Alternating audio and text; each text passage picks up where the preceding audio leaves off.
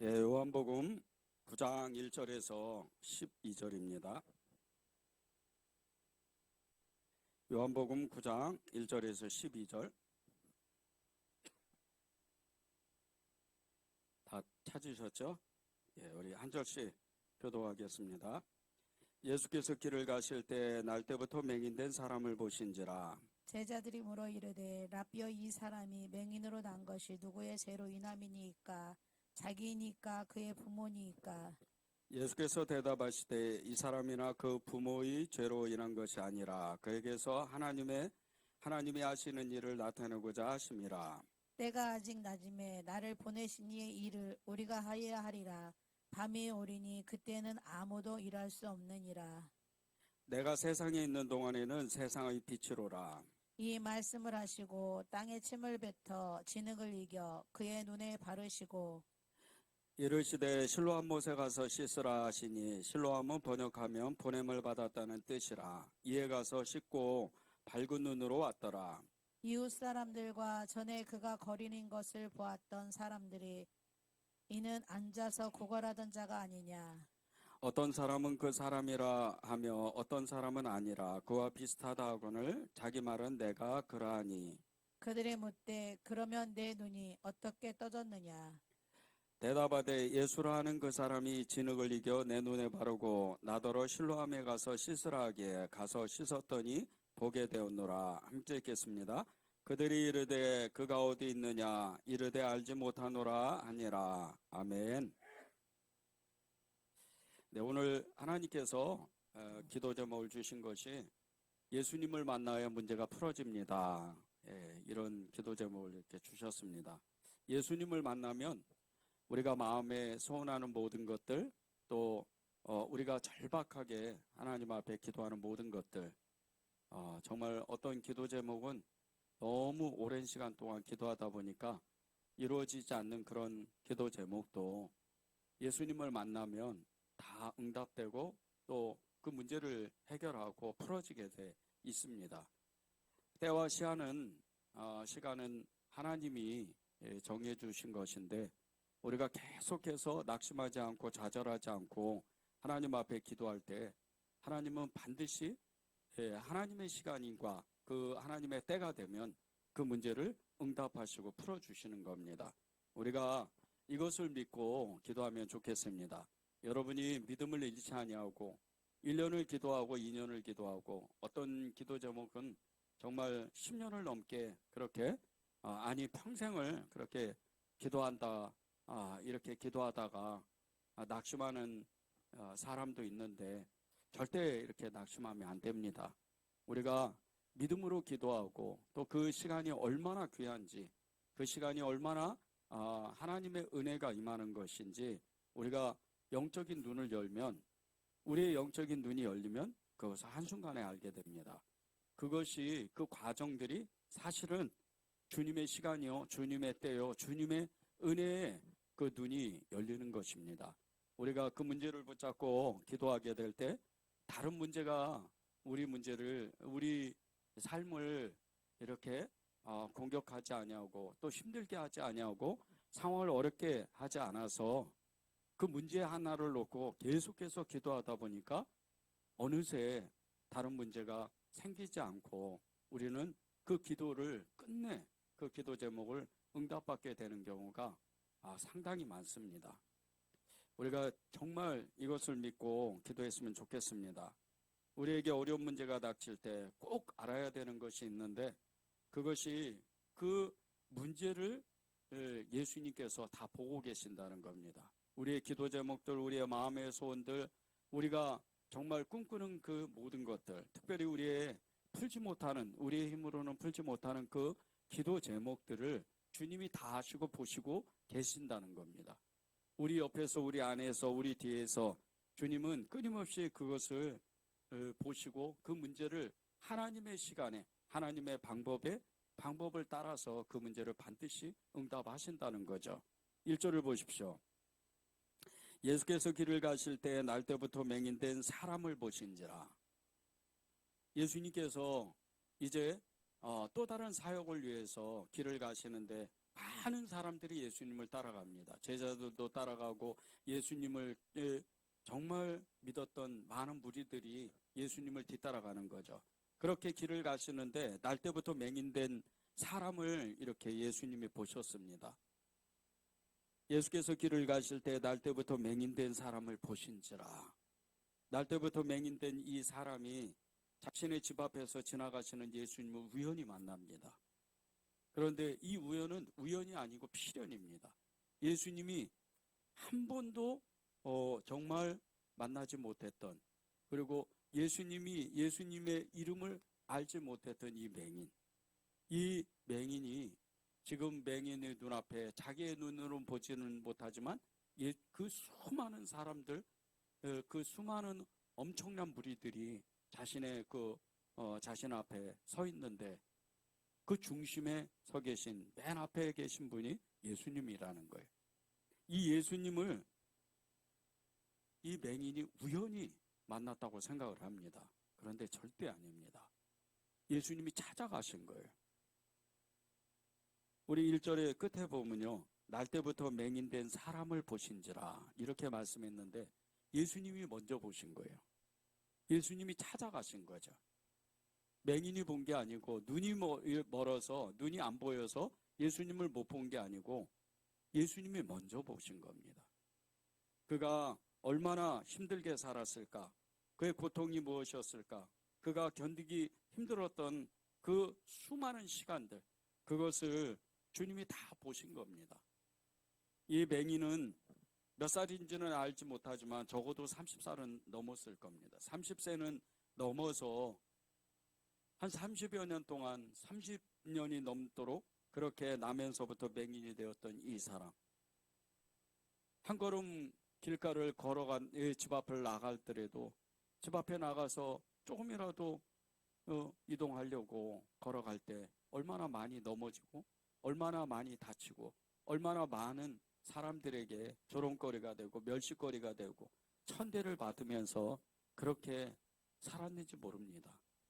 이 사람의 인생이 너무나 비참해서 인간으로서는 누려야 할 기본적인 행복권을 한 번도 누려본 적도 없고, 그리고 주변에 있는 사람들이 정말 친구처럼 생각하지 아니하고 이웃처럼 생각하지 아니하고 그저 그냥 계속해서 멸시하고 천대하는 말을, 자꾸 무시하는 말을 그렇게 들으면서 이 사람이 지금 거의 30년 동안 그렇게 살았을 겁니다.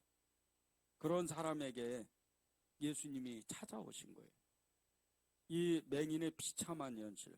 첫 번째는 눈이 안 보이고, 둘째는 먹고 사는 문제가 너무 심각하게 정말 닥쳐오고, 세 번째는 이 생존의 위험이 다른 사람에 비해서 너무 높아서 그를 진심으로 도와주는 사람이 거의 없을 정도로 너무나 비참한 삶을 사는 거예요.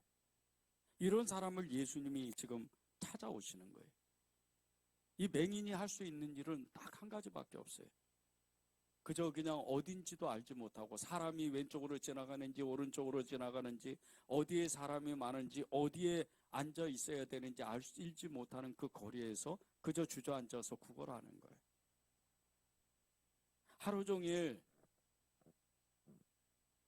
이 사람에게 한 번도 사람들의 관심을 받지 못할 수도 있고, 어떤 사람은 지나가다 그저 불쌍해서 동전 한 입 주고 가는데 그것이 그의 수입의 전부일 수도 있습니다. 그런 비참한 삶을 사는 거예요. 이런 사람에게 예수님이 생명의 주님으로 지금 찾아오신 거예요.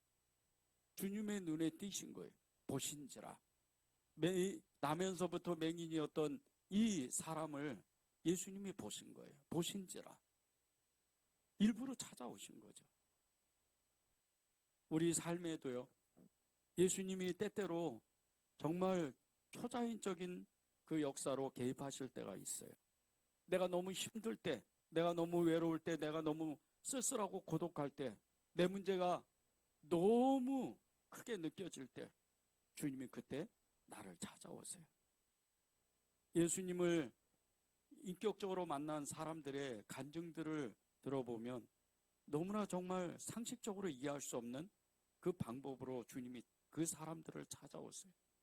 어떤 사람은 정말 이렇게 잘 알지도 못하는 사람이 그 사람의 어떤 그 문제를 해결해 주고, 또 재정에 어떤 문제가 닥치면 정말 초자연적인 하나님의 그 방법으로 그 사람의 재정의 문제를 풀어주는 그런 기적과 같은 역사가 이 시대에도 실제로 일어납니다. 그렇게 주님은 우리의 문제, 우리 인생의 그 문제 가운데 주님은 늘 관심을 가지시고 보시고 찾아오시는 거예요.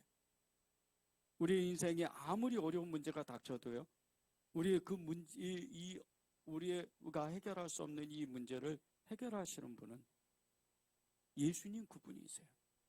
그분이면 모든 걸 풀어지는 거예요. 아무리 돈이 많고 아무리 환경이 정말 좋은 사람들, 그런 사람들이 내 문제를 풀어주는 게 아니에요. 예수님이 내 문제를 풀어주시는 겁니다. 그분이 나를 찾아오시고 나를 만나주시면 내가 가지고 있는 이 문제, 내가 해결할 수 없는, 내 힘으로 해결할 수 없는 이 문제를 예수님은 풀어주시는 거예요. 그분을 만나야 돼요. 우리의 문제를 완전히 해결하시는 그분을 만나야, 우리가 그분을 인격적으로 만나야 우리가 기다릴 수도 있고, 기다릴 줄도 않는 그 인내심을 가질 수도 있고, 또 어떤 것은 금방 응답도 받고, 또 어떤 것은 정말 주님이 하시려고 하는 일들을 우리가 깨닫게 돼요. 그래서 그 주님을 만나는 거예요. 여러분이 가지고 있는 문제가 어떤 것은 너무나 무거워가지고, 어떤 것은 너무나 어려운 문제라 금방 풀어지지 않을 수도 있어요. 그러나 예수님을 인격적으로 만나게 되면요, 그 문제는, 태산과 같은 그 문제는 너무나 갑자기 작아져요. 그 문제가 해결되는 건 아니지만 그 문제 때문에 내가 눌리거나 내가 힘들어하거나 내가 낙심하거나 좌절하거나 넘어지거나 그런 일이 생기지가 않는다는 거예요. 그 전에 예수님을 만나기 전에는 내가 그 문제 때문에, 태산과 같은 이 문제 때문에 내가 눌려서 마음이 너무나도 힘들고 어렵고 그 문제 때문에 좌절하고 낙심하고 넘어지는데, 예수님을 인격적으로 만나니까, 예수님을, 살아계신 예수님을 만나니까 그 문제들이 아무렇지도 않는지, 너무나 너무나 작게 느껴지는 거예요. 예수님을 그래서 우리가 만나야 됩니다. 1절을 다시 한번 읽겠습니다. 예수께서 길을 가실 때 날 때부터 맹인된 사람을 보신지라.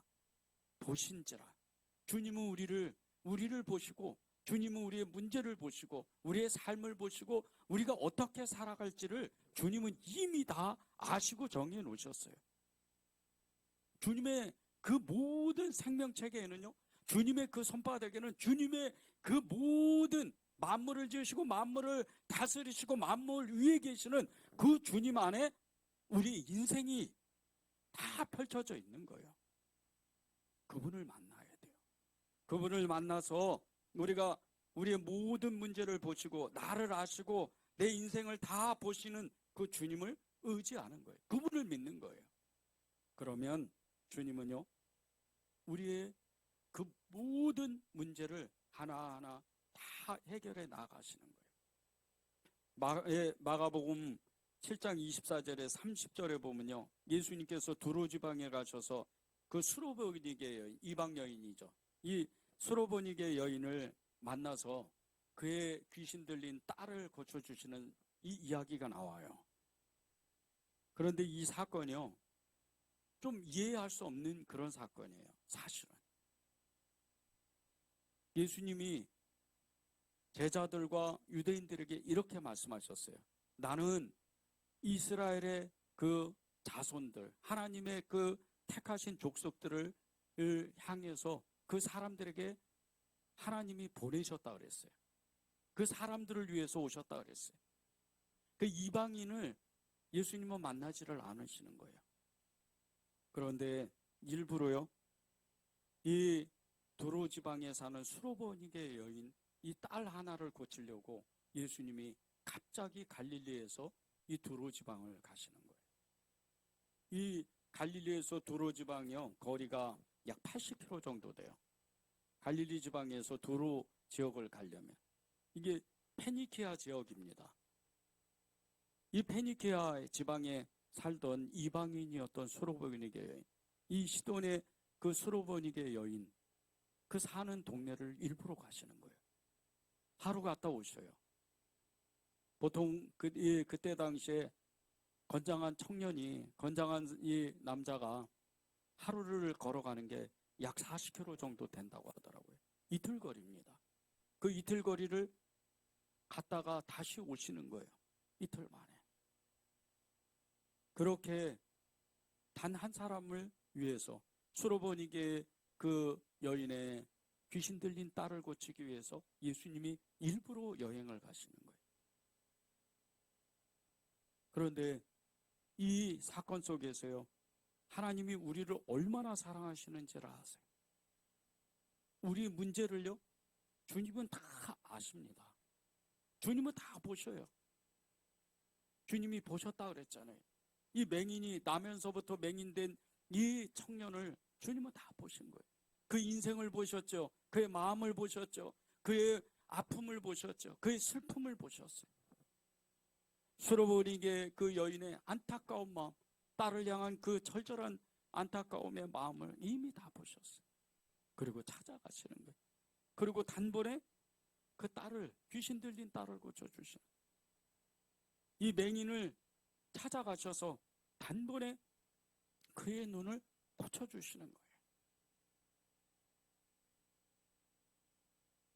예수님께서 이방 지역에 가시지 않았던 이 예수님께서 두로 지방에 일부러 가셔서 귀신 들린 그 딸을, 이 수로보니게 여인의 귀신 들린 딸을 고쳐주시는 것은 사실은요, 하나님이 당신의 그 세우셨던 계획들, 이 계획들마저 다 정말 새롭게 다시 계획할 정도로 그렇게 하나님이 일부러 하시는 일일 수도 있다는 거예요.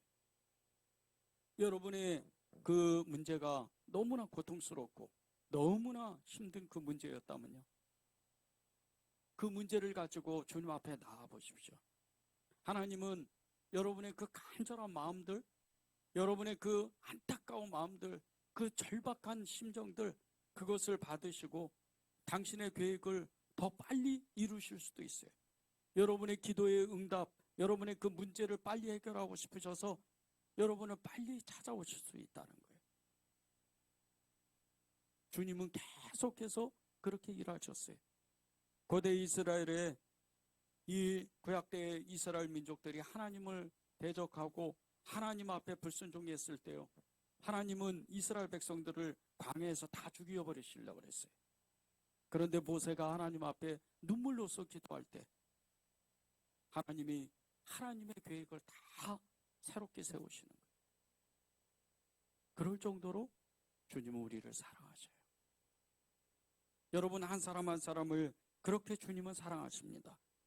그분을 의지하고 나갈 때, 그분을 신뢰하고 나갈 때, 그분을 절대적으로 믿을 때 주님은요, 그 믿음을, 여러분의 믿음을 기뻐 받으시고 주님은 여러분과 함께 그 문제를 풀어가시기를 원하는 거예요. 그분을 믿으십시오. 수로보겐의 여인처럼, 그리고 전 나면서부터 맹인됐던 이 맹인의 간절한 마음과 같이 그분을 믿는 거예요. 그분 앞에 나오는 거예요. 그리고 그분 앞에 나아가 여러분의 그 문제의 보따리를 활짝 풀어놓는 거예요. 하나님 살려주십시오. 하나님 도와주십시오. 하나님 이 나의 문제를 풀어주십시오. 그렇게 주님 앞에 호소하고 그 주님, 살아계신 주님을 만나는 겁니다. 우리의 문제를 풀어주시는 이 예수님은요, 우리의 생각보다 더 깊은 뜻을 가지고 우리의 문제를 다루고 싶습니다. 여러분의 그 문제를 그 문제로 해결하시는 게 아니에요. 2절과 3절을 보십시오. 제자들이 물어 이르되 랍비여, 이 사람이 맹인으로 난 것이 누구의 죄로 인함이니까? 그의 부모이니까? 예수께서 대답하시되 이 사람이나 그 부모의 죄로 인한 것이 아니라 그에게서 하나님이 하시는 일을 나타내고자 하심이라.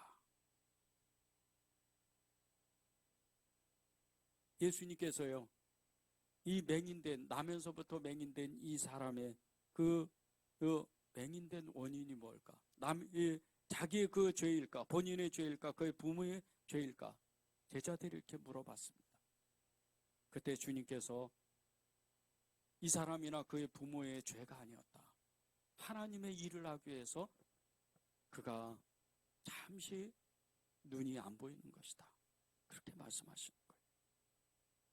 여러분의 문제요. 여러분이 정말 힘으로는 풀지 못하는 이 문제를 통해서 하나님은요, 더 깊은 하나님의 뜻을 알려주시려고 하는 거예요. 문제가 문제로 끝나는 게 아니에요. 문제가 문제로 풀어지는 게 아닙니다. 그 문제를 통해서 더 놀라운 하나님의 계획들, 하나님의 그 깊으신 은혜를 여러분에게 알려주고 싶으신 거예요. 그것을 깨달아야 돼요. 맹인의 이 눈이 안 보이는 이 너무나 절박한 이 일은요, 사실은요, 이 맹인의 병을 고치시는 하나님의 일을 하고 싶으신 거예요. 이 하나님의 일이 어떤 일인 줄 아십니까? 첫 번째가 생수의 근원 되신 예수님, 그분을 알게 하시려고 그러는 거예요. 두 번째는 유대인들의 죄를, 하나님을 믿지만 하나님을 믿지 않는 이 유대인들의 죄를 지적하시려고 하시는 거예요. 그래서 요한복음 9장 41절에 보면요, 예수께서 이르시되 너희가 맹인이 되었더라면 죄가 없으려니와 본다고 하니 너희 죄가 그대로 있다고 말씀하시는 거예요. 유대인들이 갑자기 맹인이 눈이 떠서 너무 놀랐어요. 그리고 그의 부모를 불러서 이게 어떻게 된 일이냐. 그래서 이 부모들이, 이 맹인이었던 부모들이 유대인들에게 정말 출교를 당할까봐, 공격을 당할까봐 아무 얘기를 안 했어요. 그런데 이 눈뜬 맹인이 나를 고쳐주신 분은 예수님이셨다, 이렇게 당당하게 이야기합니다. 그런데 그 말을 듣고 유대인들이요, 예수님을 판단하기 시작을 해요. 귀신의 왕 바알세불을 힘입어서 저가 정말 이 맹인을 눈뜨게 했다. 하나님의 능력인데 귀신의 능력, 악령의 능력으로 눈을 뜨게 했다는 거예요. 그것을 주님은 이미 아셨어요. 그리고 너희가 정말 본다고 하니까 너희 죄는 너희가 눈이 가려져서 아예 보지 못하는 거다. 그래서 이 9장 41절에 주님이 이렇게 말씀하신 거예요. 예수께서 이르시되 너희가 맹인이 되었더라면 죄가 없으려니와 본다고 하니 너희 죄가 그대로 있느니라. 오히려 우리가 보는 이 정말 광명의 이 날을, 세상을 밝게 보면서 어쩌면 우리의 그 마음 가운데 죄를 더 눈으로 보는지도 몰라요. 차라리 맹인이었으면 우리가 죄를 짓지 덜 죄를 지을 수도 있었을 텐데 어쩌면 더 죄를 많이 짓고 있는 거예요. 본다고 하니 너희의 죄가 더 크다고. 실제로요, 우리가 보고 듣고 우리가 행동하는 우리의 그 믿음의 삶 가운데, 신앙생활 가운데에서 얼마나 많은 죄를 짓습니까? 사람을 미워하고 판단하고 정죄하고 음란하고 더러운 일을 생각하고 질투하고 자괴감에 빠져서, 열등감에 빠져서, 자의식에 빠져서 헤어나지 못하는 이런 사람이 너무 많아요. 자기 죄가 자기의 그 모든 생명을 갉아먹는 거예요. 본다고 하니 너희 죄가 그대로 있다. 맹인이었던 이 사람, 눈이 갑자기 열려서요, 정말 생명의 주님을 만나고 그는 즉시로 주님을 따르기 시작해요. 이것이 주님이 우리에게 말씀하시는 거예요. 요즘은요, 의학과 과학이 고도로 발달돼서 정말 첨단 이 기술 때문에 웬만한 이런 예전에는 정말 고치지 못할 이런 질병을 요즘은 쉽게 고칩니다. 그래서 인간의 수명이 계속 길어지는 거예요. 그런데 여전히 육체의 그 질병, 이 질병들 가운데요, 그 뒤에 무언가 존재하고 있다는 것을 우리는 말을 안 해도 의사들도 과학자들도 우리 일반인들도 그냥 압니다. 왜 질병에 걸리고 왜 죽음은 닥치는가? 그런 고민을 늘 하는 거예요. 늘 그러면서 또 다른 무언가가 존재한다는 것을 부인할 수가 없어요. 한마디로 고치지 못할 질병은 분명히 존재한다는 뜻이에요. 그런데 그 질병을 누가 고칩니까? 마음의 병, 육신의 그 질병, 예수님이 고치시는 거예요. 그 예수님이요, 우리에게 찾아오실 때 우리의 힘으로는 풀지 못하는 이 어려운 문제들, 이것을 해결하고 그것으로 그치는 게 아니에요. 이 질병 너머에 이 하나님의 놀라운 계획들이 있다는 거예요. 날 때부터 맹인이었던 이 맹인은요, 눈을 뜨자마자 온 세상을 봅니다. 그리고 그는 그의 인생 자체가 바뀌어요.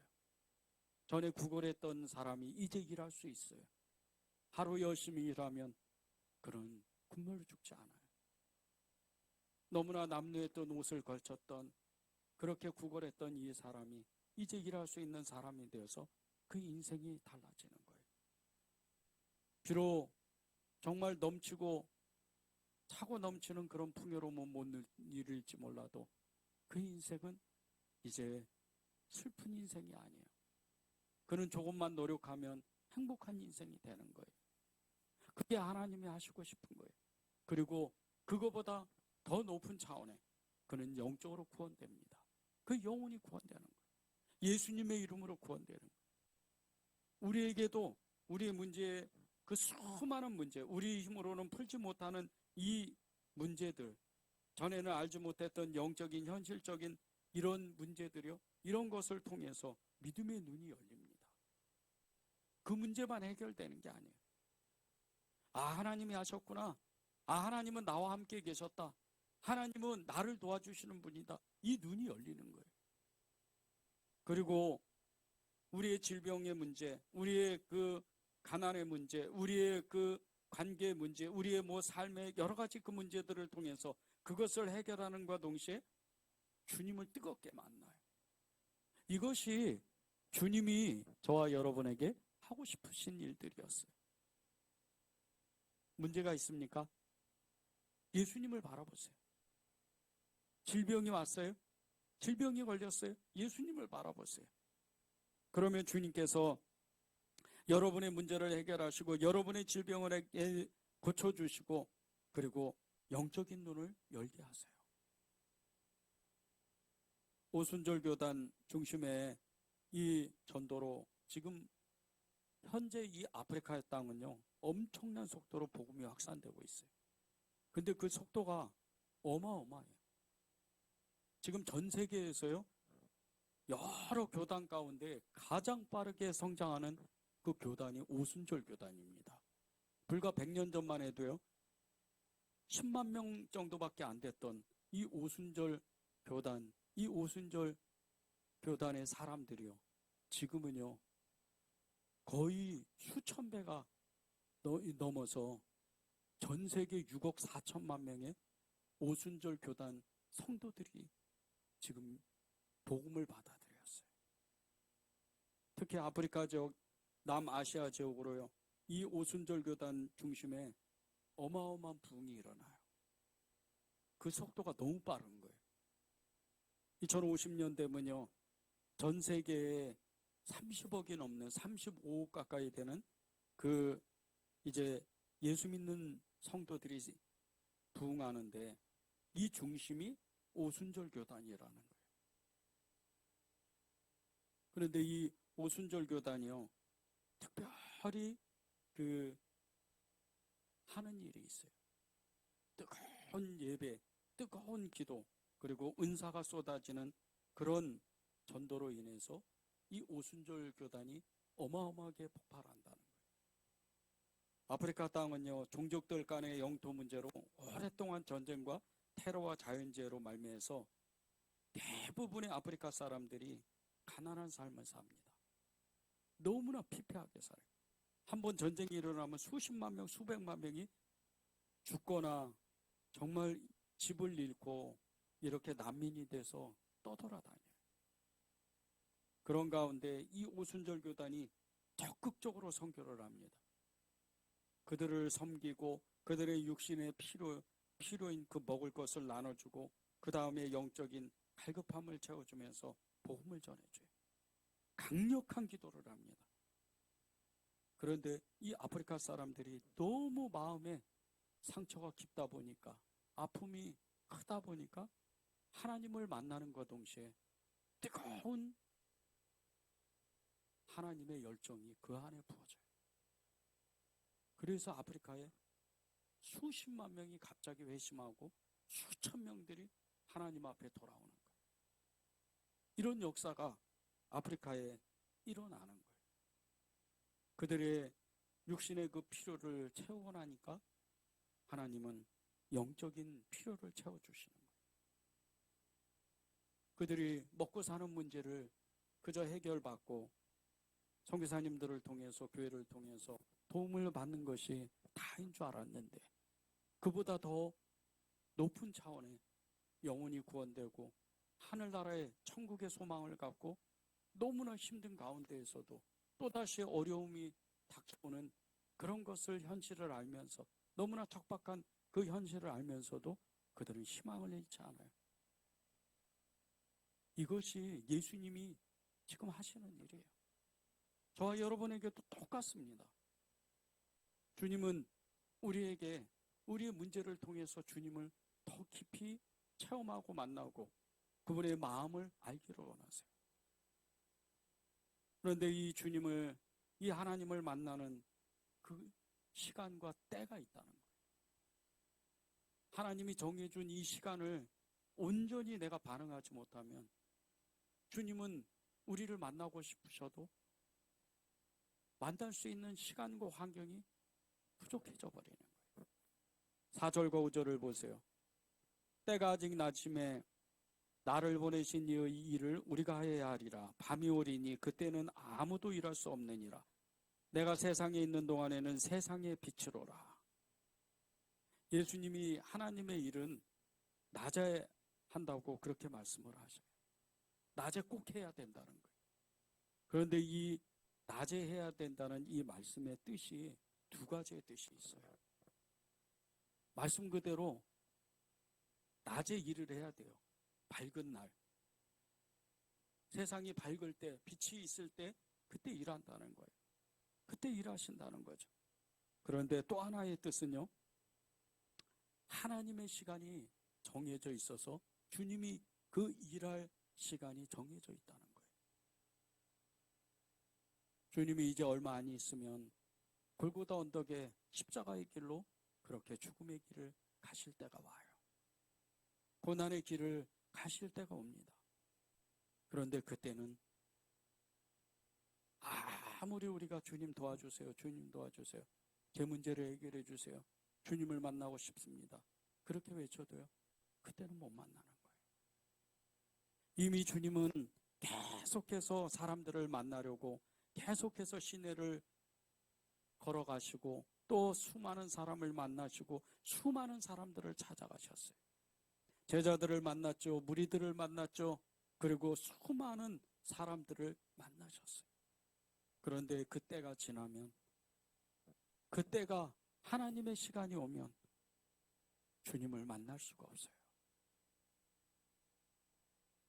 우리가 주님 앞에 정말 믿음으로 반응해야 돼요.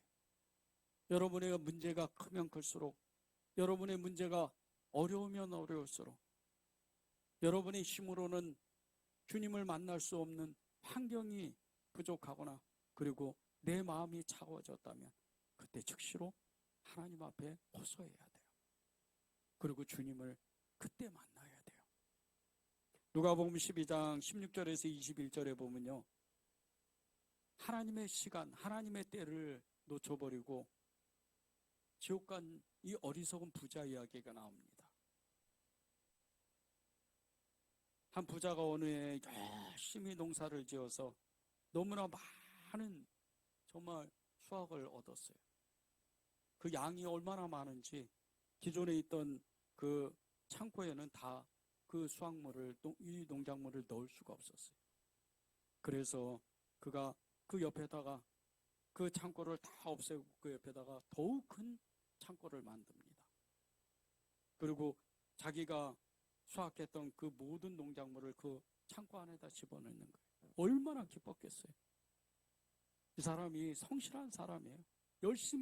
삶을 열심히 사는 사람입니다. 그리고 그 창고에 가득 차고 넘쳤던 이 농작물을 보면서 마음이 너무 기뻤어요. 몇 년은 먹고 정말 살겠네 이러면서 너무 기뻤어요. 그리고 편안한 마음에 그 밤에 방에 가서 잠을 잡니다. 그때 주님이 찾아오셔요. 그리고 이렇게 말씀하시는 거예요. 오늘 밤 내 영혼을 내가 토로 찾으면 이 많은 재산이, 이 많은 농작물이, 이 많은 먹을거리가 누구의 것이 되겠느냐? 그렇게 물어보시는 거예요. 그는 이 땅에, 이 세상에 살면서 자신을 위해서, 자신의 행복을 위해서 열심히 살았던 사람이, 성실하게 일했던 사람입니다. 그런데 그가 정말 중요하게 생각하고 정말 놓치지 말아야 될 것은, 그는 자기 영혼을 위해서 한 번도 단 1분도 시간을 낸 적이 없어요. 여러분이 세상 가운데에서 정말 열심히 살고 그리고 성실하게 사는 것은 좋습니다. 그러나 여러분이 세상 가운데에서 그 8시간, 10시간, 12시간 일하면서, 아니 24시간을 그렇게 하루를 지내면서 예수님을 놓치면 안 돼요. 예수님을 놓치는 순간 여러분의 영적인 감각이 이제 무뎌지기 시작을 하는 거예요. 그리고 점점 세상에 관심을 갖게 되고, 그리고 세상에 관심을 갖게 되면서부터 이제 세상에서 성공하려는 그런 욕망이 생기는 거예요. 그러다 보면 예수님이 아무리 기다려도, 아무리 예수님이 여러분을 만나시려고 해도 여러분은 예수님과 점점 멀어지는 거예요. 하나님의 시간 놓치는 겁니다. 그렇게 되면 누가복음 12장 20절, 이 어리석은 부자와 같이 이런 신세가 되는 거예요. 하나님이 이르시되 어리석은 자여, 오늘 밤에 내 영혼을 도로 찾으리니 그러면 내 준비한 것이 누구의 것이 되겠느냐. 이렇게 어처구니 없는, 너무나 열심히 살았지만 너무나 비참한 그런 결과가 나타날 수도 있다는 거예요. 우리의 살 길이요, 우리가 행복할 수 있는 길은 예수님밖에 없어요. 그분을 만나야 돼요. 그분이 우리의 문제를 해결하시고 더 깊은 차원의 하나님의 영적인 능력을 주시는 분이에요. 우리의 살 길이 예수님께 정말 나아가기만 하면 되는데, 그 예수님께 나아가는 방법은 사실 아주 간단합니다. 6절과 7절입니다. 이 말씀을 하시고 땅에 침을 뱉어 진흙을 이겨 그의 눈에 바르시고 이르시되 실로암 못에 가서 씻으라 하시니, 실로암은 번역하면 보냄을 받았다는 뜻이라. 이에 가서 씻고 밝은 눈으로 왔더라. 예수님께 나아가는 방법 너무나 간단합니다. 주님의 말씀대로 하면 돼요. 나면서부터 맹인됐던, 눈이 보이지 않았던 이 맹인은요, 주님의 음성을 들어요. 눈이 지금 안 보이는데 주님이 말씀하신 그 말씀이 들려지는 거예요. 그런데 주님이 가서 씻으라, 실로암에 가서, 말도 안 되는 이 말씀인 것 같지만 그는요, 요단강에서 7번 몸을 담그라는 이 엘리사의 말을 듣고 정말 처음에는 화를 많이 냈지만 그 같이 온 일행의 그 말에 힘입어서 요단강에서 7번 이 물을 자기 몸을 담그고 7번째 올라올 때 그 나병이 고침을 받았어요. 지금 이 나면서 맹인됐던 이 사람은요, 지금 이 나아만 장군과 같이 똑같은 상황에 처해 있는 거예요. 말도 안 되는 하나님의 주님의 말씀을 듣고 그냥 가는 거예요. 그런데 이 말씀이 그의 눈을 뜨게 만드는 거예요. 여러분이 말씀을 잘 붙잡아야 돼요. 왜 성경을 읽으라고 말씀합니까?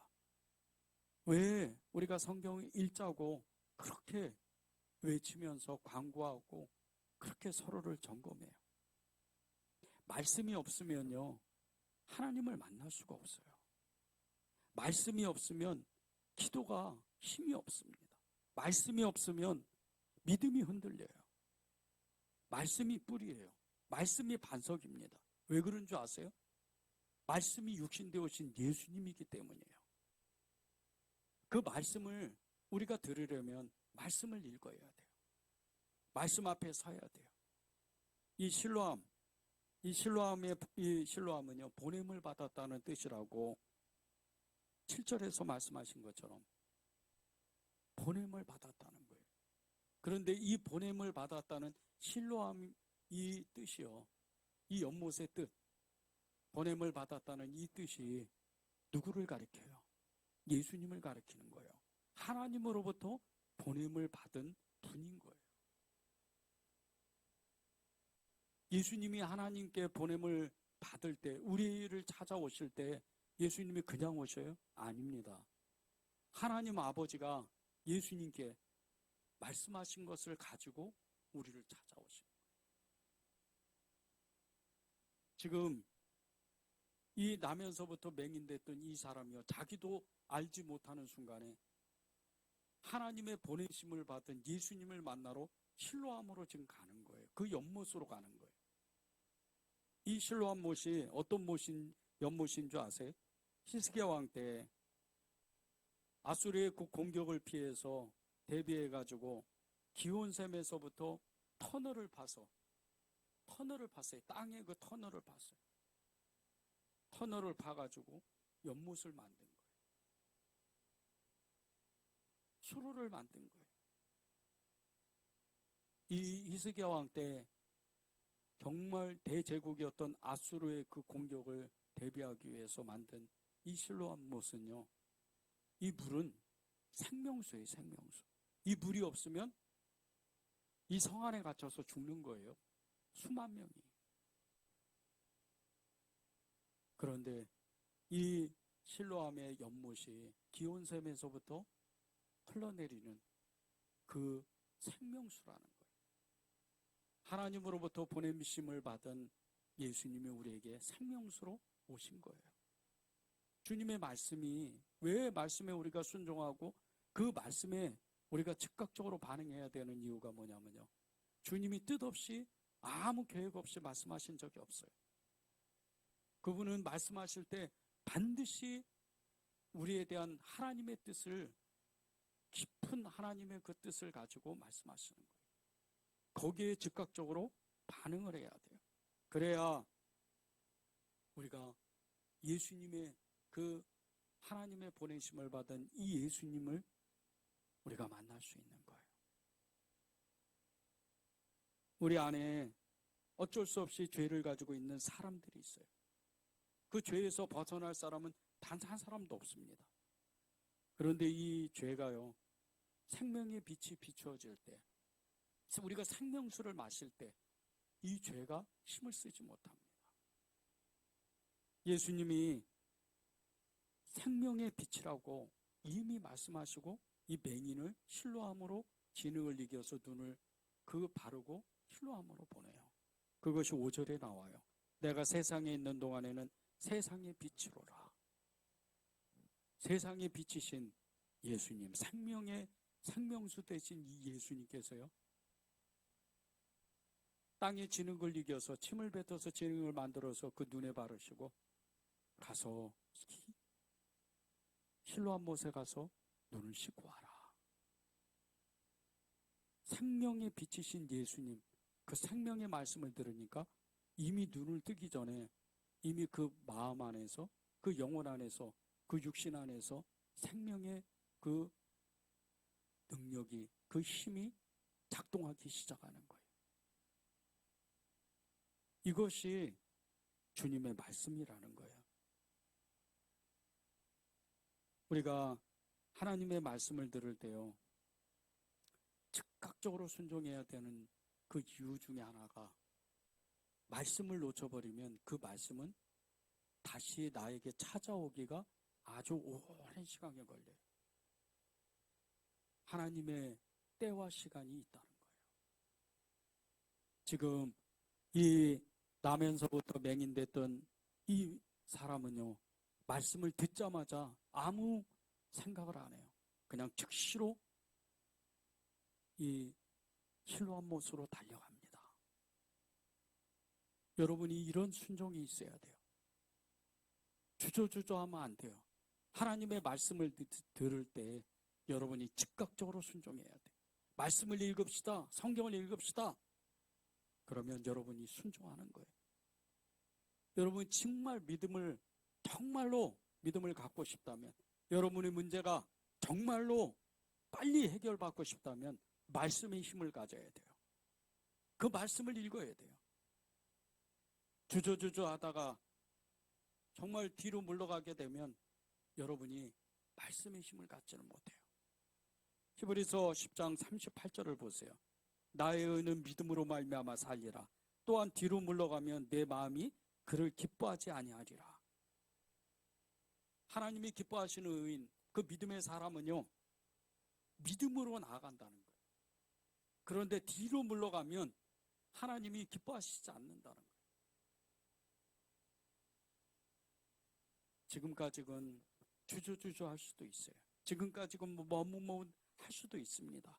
지금까지는 순종이 즉각적으로 안 될 수도 있어요. 그러나 오늘 말씀과 같이 이 나면서부터 맹인됐던 이 사람과 같이 즉각적으로 행동하는 거예요. 내 문제가 너무 절박하다면, 내 문제가 정말 내 힘으로는 해결할 수 없다면, 이 문제를 반드시 풀고 싶다면 즉각적으로 말씀에 순종하는 거예요. 그러면 주님이, 기리오 진리오 생명 되신 이 주님이 여러분에게 기온샘에서부터 터널을 뚫어서 실로암 못을 만든 것 같이 해결 못할 일은 없는 거예요. 하나님이 여러분도 똑같이 그 눈을 여시는 거예요. 여러분이 이 한 주간 살면서 정말 내가 세상에 있는 동안에는 세상의 빛이다, 이 말씀과 같이 항상 빛 가운데 따라가기를 원하고, 빛을 그 비추기를 원하고, 그리고 빛의 그 말씀에 생명인이 되신, 생명수 되신 그 주님의 말씀에 순종하기를 결단하는 그런 한 주가 되기를 정말 간절히 바랍니다. 우리 찬양하고 기도하는 시간을 갖겠습니다.